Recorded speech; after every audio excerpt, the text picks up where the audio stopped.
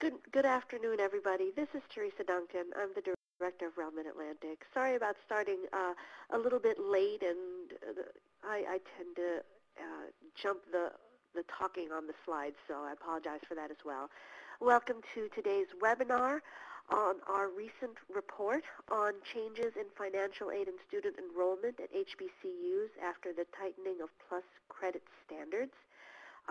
We are very happy that you're able to join us. We realize this is the Friday before Memorial Day weekend, and so we're very glad that you're able to take some time to be part of this webinar, share with us your thoughts and responses, and to learn more about this report. I know that from our registration list that several of you are part of our research alliances, but several of you may not be as familiar with the REL program. The Regional Educational Laboratories program is a national federal program which serves states and districts, where we provide research services and technical assistance around data use and data capacity for our stakeholders. We are, as you can see, organized by regions, and the REL Mid-Atlantic region covers Pennsylvania, D.C., Maryland, New Jersey, and Delaware. Our mission is to support education stakeholders in gaining access to and using high-quality research, using research data and data analysis to improve policy and practice. We do this within topic areas and issues that have been identified as high priority within our region. We engage in ongoing needs analysis to identify those educational needs, and we work in partnership with what we call research alliances.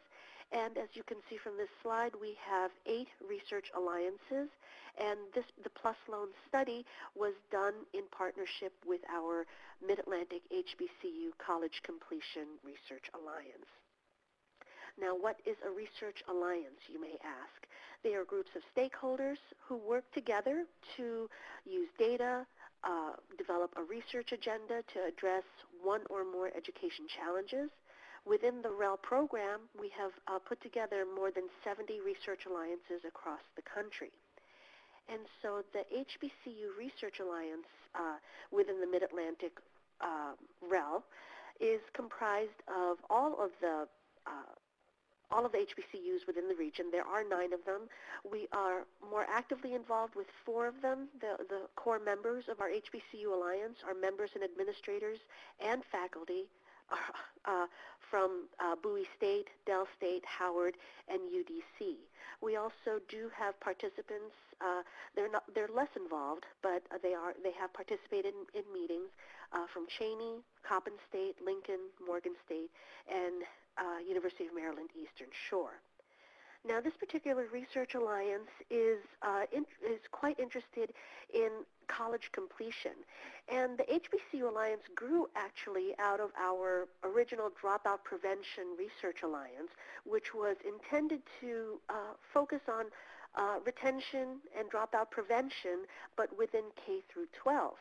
And as we talked with our governing board members and discussed our plans for our research alliances, one of the members from Dell State, which of course is an HBCU, asked if we were looking at post-secondary, and the whole conversation around college completion, and particularly within HBCUs, came out of that conversation, and we said, this is an important topic. Let's pull this together.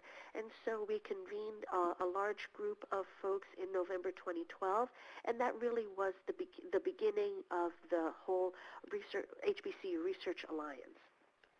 Now, this report that we are going to share with you today is part of the research agenda of the HBCU Alliance. Our members, of course, were interested in best practices and in ways that their colleagues have been trying to encourage college completion among their students.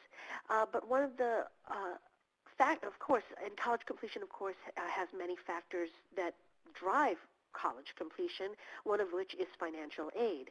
And at the time that we were having these discussions and planning our research agenda, the HBCUs within our region were witnessing the impact of the changes to the PLUS loan credit standards on their own enrollments. And now we knew about the UNCF's report where they did that analysis, but only focusing on the private HBCUs. And so as we continued our discussions and planning of our research agenda, we thought the topic, the idea of exploring what the impact of the PLUS loan changes was nationally across HBCUs, non-HBCUs, and minority-serving institutions became a clear research topic that we wanted to pursue. And so we entered into that analysis. Here's our HBCU Alliance page, just so you know that exists. There are other resources there for you to look at. But this particular report did come out of those conversations, and that really, it's very basic, the motivation behind this analysis. I know that some of the coverage of this report in the recent weeks have, folks have speculated on the motivation behind the study, but really it is a simple, objective analysis of the available data on what the impact of those changes were on enrollment, or what the correlations are between enrollment and the changes to the study, to the standards. And so I'm pleased to share with you this report. It is available online at this URL. It's also available as in our resources to download box that you can see there. Our presenter today is Matthew Johnson, who is the lead author of the study. He is from Mathematica Policy Research. And we have everybody on mute right now, but please do share your questions in the parking lot, and we do have time to answer your questions after the presentation. So we look forward to your engagement and your thoughts, and I'll turn it over to Matt right now. Thanks, Teresa. So let me start by just giving you a little bit of background about PLUS loans. So PLUS stands for Parental Loans for Undergraduate Students, and it's a federal loan program that's targeted towards parents to help pay for their children's college expenses. And it's a pretty important source of financial aid. So in the 2011-12 school year, there were 870,000 PLUS loan recipients, and about 13% of full-time dependent undergraduate students had parents who took out PLUS loans, and these loans averaged about $13,000 per year. The PLUS program is somewhat unique in that there's no set maximum that parents can borrow for their children. The maximum amount that parents can borrow each year is basically the total cost of attendance minus other sources of financial aid that their children are receiving. And so this means that the PLUS program can make up for potentially large gaps in financial aid, large college costs that aren't covered by other sources of financial aid for students. And just one more note about the PLUS program that's going to be important later is that parents need to reapply for PLUS loans every academic year that they'd like to take one out. Moving on to talking about the change to the PLUS credit standards. So in October of 2011, the Department of Education tightened the credit standards necessary to obtain a PLUS loan. Basically, parents now needed better credit histories in order to obtain PLUS loans. And in a statement released by the department about the reasoning behind this credit standards change, they said that they made it to bring the credit standards used for PLUS loans determination in line with the credit standards used by banks for other loans in the banking industry.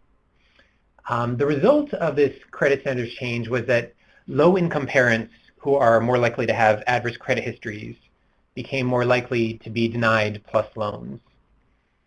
And in the 2012-13 school year, which is the first full academic year after these new credit standards were in place, there was a pretty dramatic change in the number of PLUS borrowers. So nationwide, the number of PLUS borrowers fell by 19%, and at HBCUs, the number of PLUS borrowers fell by 47%.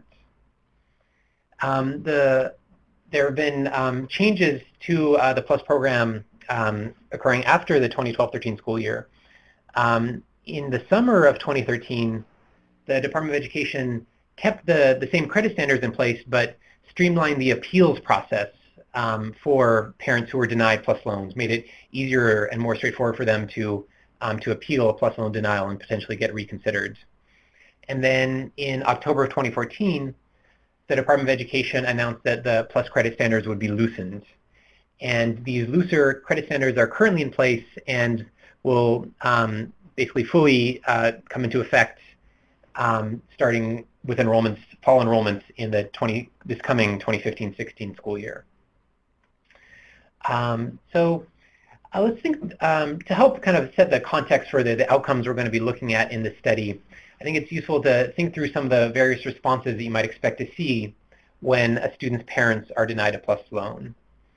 So first, when a student's parents are denied a PLUS loan, that student automatically becomes eligible for an additional $4,000 to $5,000 in direct unsubsidized loans. Basically, because through the rules of the unsubsidized loan program, through the rules of the direct loan program, students automatically become treated as independent students if their parents are denied a PLUS loan, and that makes them eligible for this additional loan amounts through the unsubsidized loans. Institutions might also make more Perkins loans available to students. Students might take up more private education loans. You might see students increasing the time they spend working to help fund their education. Maybe they might even switch to part-time enrollment so they have more time for work.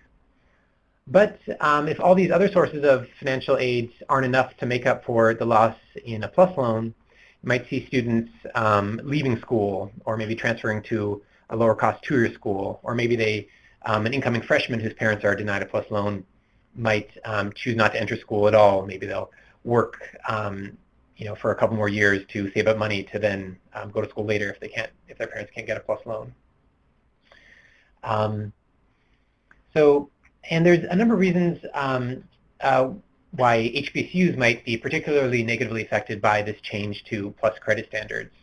So as you all know, HBCUs serve a large fraction of students from low-income families, and these low-income families are the ones who are most likely to be affected by this credit standards change. And it's also the case that before the tightening of credit standards, parents of students at HBCUs were about twice as likely to receive PLUS loans as parents of students at other colleges. So because of this heavier reliance on PLUS loans, you might expect HBCUs to be more likely to experience enrollment declines after this change to credit standards. HBCUs also tend to have smaller endowments than other institutions, and that means they would likely be less able to, say, dip into their endowment to get some other money to provide financial aid to students to make up for losses in PLUS loans. And HBCUs also tend to rely more heavily on tuition. And that means that if enrollments did decline, that could lead to losses in tuition revenue and potentially actually threaten the viability of the HBCUs themselves. So these concerns led the Mid-Atlantic HBCU College Completion Research Alliance to request that this study be conducted to examine the changes in financial aid enrollment at HBCUs in the wake of the tightened credit standards. The research questions for this study are, first, following the 2011 tightening of the credit standards, how much did PLUS participation and PLUS loan amounts decline at HBCUs and other institutions? Second, was there a shift towards other forms of financial aid, such as direct loans, Perkins loans, or work-study programs? We're going to look at how much did enrollment at HBCUs and other institutions of higher education change following this credit standards change. And then finally, we're going to look at among all institutions of higher education, we're going to look to see whether those that experienced larger declines in PLUS recipients also saw greater changes in enrollment. So let me say a little bit about the previous work that's been done in this area. There have been 2 other studies looking at plus changes at HBCUs, listed on the top here. Both of them focus mainly on the financial aid side, looking at how much plus loans changed at HBCUs in the 2012-13 school year. Although the UNCF report does look a little bit at changes in enrollment, but their focus is on UNCF member institutions, which are private HBCUs. And so our study is the first that's looking nationwide at changes in financial aids and enrollment at HBCUs, and also to the first to compare these changes to changes that occurred at other institutions serving large fractions of low-income students. This report also contributes to a broader literature on student financial aids and higher education decisions. There are a number of papers in that literature. I've listed a few here on the slide. But almost all of those papers look at financial aid programs targeted towards students. And very few, if any, look at the relationship between financial aid programs targeted towards parents and student higher education outcomes. And so our study is going to contribute into that area as well. So moving on to talk about the data we use for the study, comes from institution-level data sources. The first data source is the Integrated Post-Secondary Education Database, or data system, which is IPEDS. We're going to get our enrollment data from IPEDS. We're going to get full-time and part-time student enrollment data, because, like I mentioned before, this is a margin along which students might adjust when their parents are denied a PLUS loan. They might switch from full-time to part-time student enrollments. And we're also going to look separately at freshman and upper-class enrollments. These are 2 other groups of students that you might think could potentially respond differently to their parents being denied a PLUS loan. You might think that a senior, say, who's just a year away from graduation, whose parents are denied a PLUS loan, might look really hard to find some other source of financial aid just so they can get through the last year and complete their degree. Whereas an incoming freshman whose parents are denied PLUS loan, that freshman might, think their parents are going to be denied a PLUS loan, for all 4 years potentially, and they're just not going to have enough financial aid, and so they might postpone enrolling until they can save up some more money, or might choose to enroll at a 2-year institution instead of a 4-year institution. The second source of data comes from the Title IV student volume reports. This is where we get our financial aid data.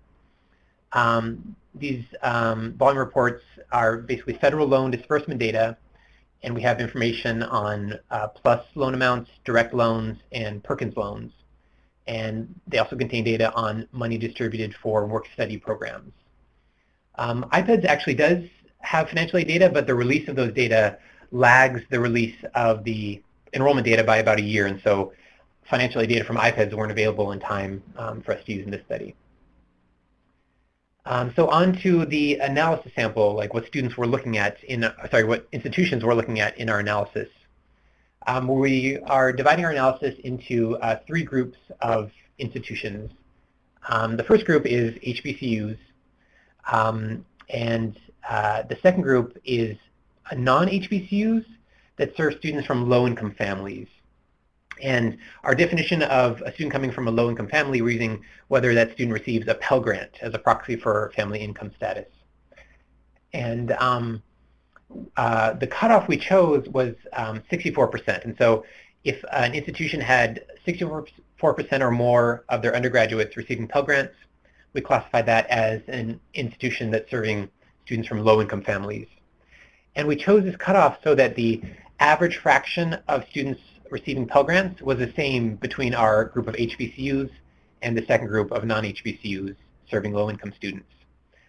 And then finally, the third group of institutions is just all the other institutions, which we call non-HBCUs serving students from higher income families. So this is all the institutions that have less than 64% of their undergrads receiving Pell Grants.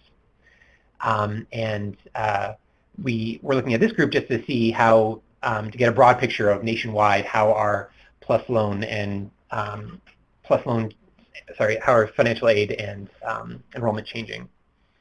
And then for all these institutions, we're looking only at 4-year institutions, and that's because they're there are very few two-year HBCUs, and so there just weren't enough to look at two-year HBCUs as a separate group. And so we're just going to focus our analysis on four-year HBCUs. We're also going to look only at nonprofit institutions. That's because all the HBCUs are nonprofits. And then finally, we're restricting our sample to institutions that had at least some undergrads participating in the PLUS program in the 2011-12 school year before the credit standards changed. And that's because those are the institutions you might expect to be affected by the credit standards change. So now on to our first set of results. First, we're going to look at changes in financial aid. And what we're looking at are changes between the 2011-12 school year and the 2012-13 school year. And we're going to look at percentage changes, both in PLUS loan recipients and PLUS loan amounts. And here on this graph, you can see the three groups of institutions that I mentioned on the previous slide are shown by these three red bars. HBCUs are represented by the dark red bar on the far left. The non-HBCUs serving students from low-income families are in the middle bar. And then our group of other institutions, these non-HBCUs serving students from higher-income families, are in the lightest red bar on the far right. And as you can see from this figure, HBCUs saw larger percentage declines in both PLUS loan amounts and PLUS loan recipients than did other institutions. Particularly, they saw larger declines than other institutions serving students from similar family income levels, these non-HBCUs serving low-income students. And the differences between HBCUs and the non-HBCUs serving low-income students are statistically significant at the 1% level.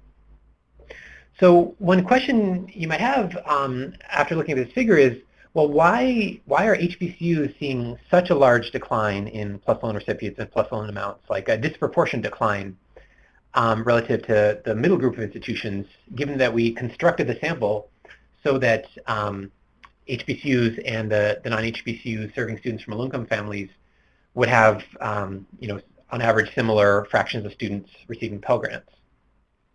So that's one thing we look at in the next slide. Basically, we're looking at what is related to these declines in PLUS loan amounts. And what we did was we used a regression model, and we looked at how the percentage change in PLUS loan recipients was related to the demographic characteristics of students at each institution, including family income and race and ethnicity. And what we found was that this disproportionate decline in PLUS loans at HBCUs compared to other institutions serving low-income students can be explained by the demographic characteristics of the HBCU student body. In particular, HBCUs serve a much larger fraction of African-American students than other institutions. And this is consistent with other research which shows that that African-American families have, on average, more adverse credit histories, basically lower credit scores, than families of other races and ethnicities. So there's a report released by the Federal Reserve Bank looking at how the relationship between credit scores and like family income and demographic characteristics. And they find that even after you condition on family income, African-American families have lower credit scores than do families of other races and ethnicities. And in particular, more than half of African-American adults have credit scores that are in the lowest 2 deciles of the distribution, and that's compared with 16% of white adults and 30% of Hispanic adults. So basically, the larger decline in PLUS loan amounts and PLUS recipients at HBCUs corresponds with their larger fraction of African-American students at their campuses.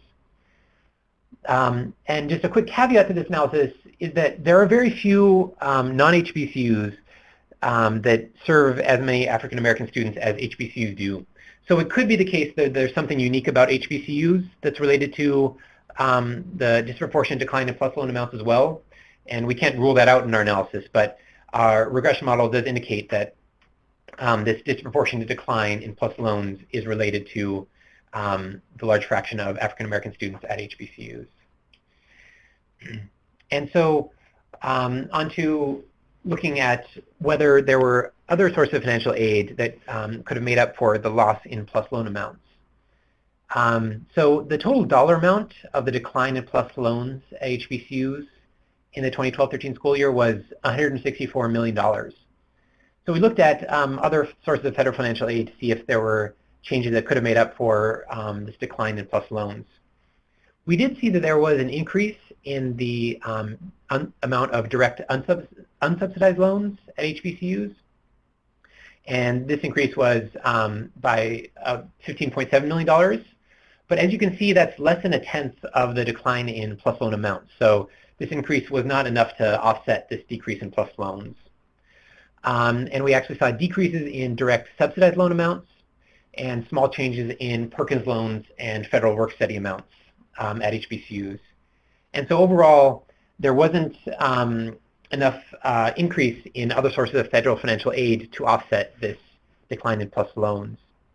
And as we talked about earlier, if students can't find other sources of financial aid to make up for the loss in PLUS loans, one possible response is to drop out of an HBCU or drop out of college. And so that's what we're looking at in our next set of results, looking at changes in undergraduate enrollment over these two school years. Again, looking between the 2011-12 school year before credit standards changed and after the credit standards changed in the 2012-13 school year. On this table, we have the same three groups of institutions. These HBCUs, non-HBCUs serving students from low-income families in the middle, and then on the far right, all other four-year institutions, the non-HBCUs serving students from higher-income families. And we're looking at the percentage change in enrollment. And just one more note, the asterisks in this table denote statistically significant differences relative to the middle group of institutions, so relative to the non-HBCUs serving students from low-income families. So you can see by the first row here is where we're looking at just the change in total undergraduate enrollment. From this first cell, you see that HBCUs saw a 3.4% decline in total undergraduate enrollment in the 2012-13 school year. And this decline was significantly larger than the decline at other institutions.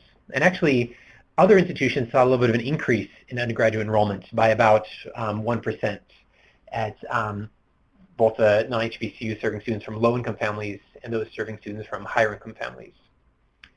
In the next to the percentage change in enrollment, we report the change in the average number of students per institution to try to give you a sense of, in terms of the number of students, how much does this percentage change? Like, what does it mean? And basically, the 3.4% decline in enrollment at HBCUs is equivalent to a loss of about 97 students on average per HBCU campus. In the second row of this table, we looked just at first-year undergraduate enrollment. So the first row was total undergraduate enrollment, so all undergraduates, and the middle row, we focus our attention on first-year students. Like I mentioned before, you might think these first-year students would respond differently than upper-class students to the change in PLUS credit standards. And there you can see that the decline in enrollment is almost twice as large in percentage terms as the change in total undergraduate enrollment. So first-year undergraduate enrollment at HBCUs declined by 6.4% in the 2012-13 school year. And this was, again, significantly more than at other institutions, in particular those serving students from low-income families. And this disproportionate decline in the first-year undergraduate enrollment, the fact that it's larger than the total undergraduate enrollment decline, is somewhat worrisome because it has implications for future total enrollment at HBCUs. So in particular, if the first-year undergraduate enrollment were to stay at this low level in future years, that means that total undergraduate enrollment would continue to decline, basically because the graduating class of students would be replaced by smaller, undergraduate classes each year. And so the fact that the first-year undergraduate enrollment change is larger is somewhat worrisome. We also looked at the change separately by race and ethnicity, and in particular we looked at total undergraduate enrollment of Black students and how that changed for these three groups of institutions. Here we see that total Black undergraduate enrollment decreased by 4.9% at HBCUs, and it was again a significantly larger decrease than at non-HBCUs. Although you can see, looking at the negative signs in the bottom row of the table, that nationwide enrollment for Black undergraduates decreased at all institutions, although it was particularly large in terms of percentage change at HBCUs. And this negative 120 next to that change show that there was a loss of, on average, about 120 Black students per HBCU campus. And if you compare that to the negative 97 in the first row, you can see that there was a larger number of Black students lost relative to the total number of students lost. And so what that means is that there was an increase, a little bit of an increase in enrollment of students of other races and ethnicities to make up for this difference. Basically, this difference between 120 and 97, that's made up for by an increase in enrollment of other students. So the next thing we looked at was how these enrollment changes were related to the plus loan declines that we saw earlier. And what we did was we estimated another regression model where we looked at the relationship between the change in plus recipients and change in enrollment. And we found that this disproportionate decline in enrollment at HBCUs is explained by the larger decrease in plus recipients that HBCUs saw. We're not claiming that this is a causal relationship because there's no random assignment going on here, so we don't really have a strong causal research design. And there could be other things that could have affected enrollment at HBCUs during the 2012-13 school year, independent of this change to plus credit standards. Some of the things you might think that could be related are, say, there could have been a trend in prior enrollment that was existing before the credit standards change. And so if it were the case that enrollments at HBCUs were declining, in the years leading up to 2012-13, this decline we see in 2012-13 might be just, a continuation of a pre-existing trend. You might also be concerned that, there were changes to economic conditions during 2012-13, and that might have had differential effects on HBCUs. Also, housing prices were changing during the school year, and there's research that shows that parents often use home equity lines of credit to help pay for their children's college expenses, and changes to housing prices can affect the availability of home equity lines of credit. And so those changes could have also influenced enrollment changes during this year. So we try to account for these factors as well to see whether our results that this disproportionate decline in enrollment at HBCUs is explained by plus loan changes were sensitive to this. And so we estimated another regression model where we accounted for these factors. So we included institution-specific controls for trends in prior enrollment and also controls for changes in economic conditions. We looked at changes in the unemployment rates in the states that each HBCU is at, and looked at an index of housing prices and how that changed over time. And overall, we found that these that our results were not sensitive to accounting for these other other factors. And so we still, after we accounted for these, found that there was a disproportionate decline in enrollment at HBCUs, and that it can be explained by the disproportionate change in plus loan recipients.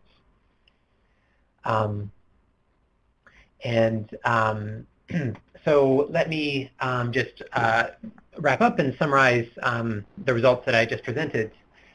So we found that plus participation and plus loan amounts declined during 2012-13. We found that the largest decreases in plus loans were at HBCUs. We also saw that other forms of federal financial aid did not fully make up for this decline in plus loans. We also saw that enrollments at HBCUs declined by more than at other institutions, and that the largest decreases in enrollment were among first-year students and Black students. And we also showed that the enrollment decreases at HBCUs were related to the decreases in the number of plus recipients. And so let me just talk about the next steps for this analysis. We're currently starting work on a follow-up report to this study where we're going to look at changes in financial aid enrollment that occurred during the 2013-14 school year. So as I mentioned earlier, the Department of Education streamlined the appeals process for parents who are denied a PLUS loan during the summer of 2013. And so it's possible that the streamlining of appeals maybe mitigated some of these losses in PLUS loans for the 2013-14 school year.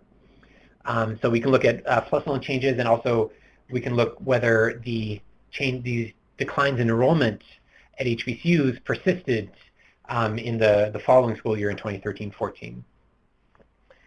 And so that's about it. If you would like to get in touch with us to talk about the study in more detail, this or the follow-up study, please feel free to contact me or my co-authors, Julie Brew and Brian Gill, also at Mathematica.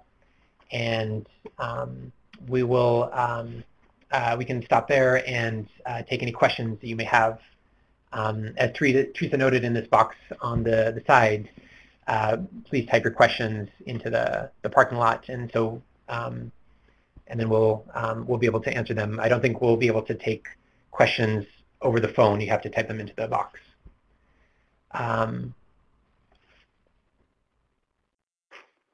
Well, I put in a question for our attendees to ask how these results resonate with them. Do they sound consistent, not consistent with what you've seen at your campuses? And so maybe as folks are thinking of questions and sort of digesting what you have presented, Matt, maybe can you think of some of the questions that you've been asked by the various media and maybe share some of your responses to those questions?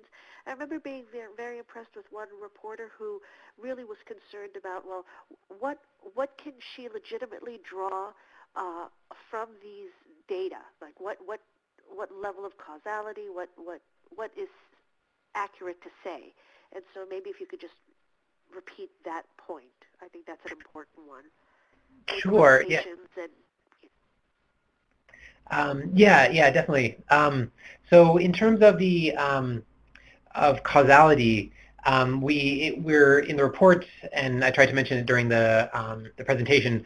We're careful not to claim that this is a causal relationship, and we don't have evidence of causality in this report. This is, by its nature, a descriptive report.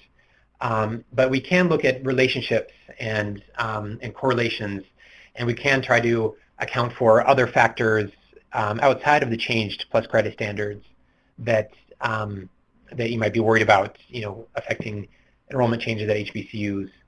And so we accounted for, some of the important factors that came to mind, like these trends in prior enrollment and change in economic condition. And we found that our results, that there's a strong relationship between the decline in PLUS loan amounts and enrollment declines at HBCUs weren't sensitive to this. So that, there's some evidence that, maybe that is a causal relationship, but we can't claim that from our results. But there is a strong statistical relationship between the two changes that occurred.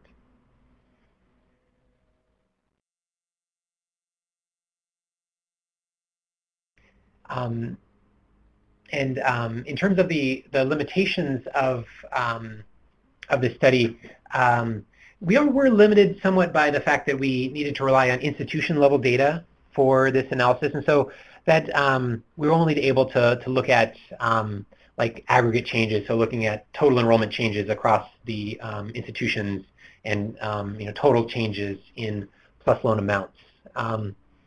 And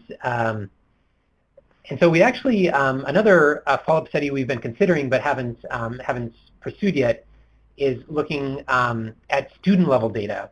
And to do that, we would need to get some help from some HBCUs and who are willing to provide us with student-level data.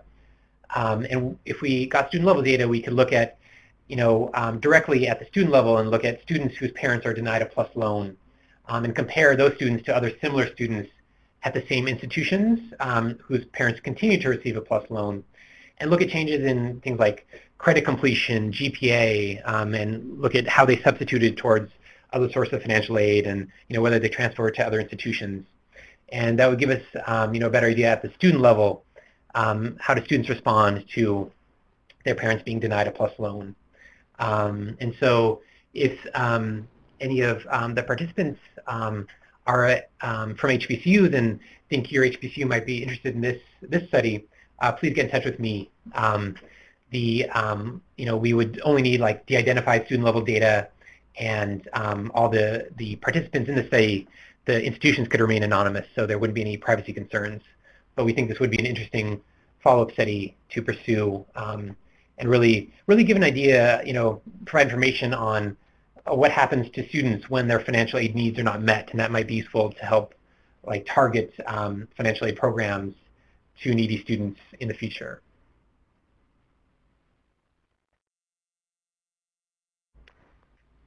Yeah, that would be a really interesting analysis.